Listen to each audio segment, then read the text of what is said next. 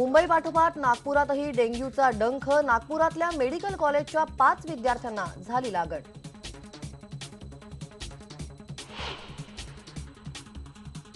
KM हॉस्पिटलमध्ये 4 डॉक्टरांना डेंग्यूची लागण झाल्यावर आता साफसफाई सुरू। 10 दिवसांपूर्वी एका शिकाऊ डॉक्टरचा डेंग्यूने झाला होता मृत्यू।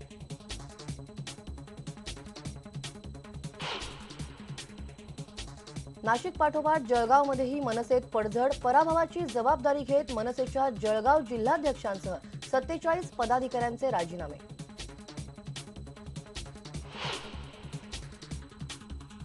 शिवसेनेचा भाजपला नवीन अल्टिमेटम। 2 वजनदार खात्यांसह 10 मंत्रिपदावर शिवसेना ठाम। 7 तारखेपर्यंत निर्णय घ्या, नाहीतर 9 तारखेच्या बैठकीत शिवसेना निर्णय जाहीर करणार। नव्या धोरणानुसार जिल्हाध्यक्ष आणि प्रदेशाध्यक्ष निवडला जाणार। निवडणुकीच्या माध्यमातून आज काँग्रेस प्रदेश कार्यकारिणीची महत्त्वाची बैठक।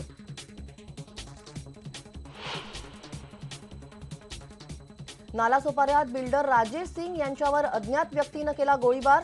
हॉस्पिटलमध्ये दाखल करण्यापूर्वी सिंग यांचा मृत्यू। पोलीस घटनास्थळी दाखल।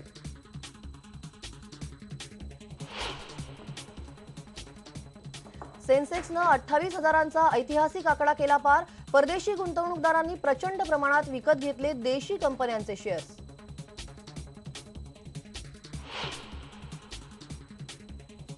सचिन तेंडुलकरचं आत्मचरित्र प्लेइंग इट माय वे आज होणार रिलीज। क्रिकेट जगताला हादरवणाऱ्या घटनांवर सचिननं काय लिहिलंय याबद्दल प्रचंड उत्सुकता।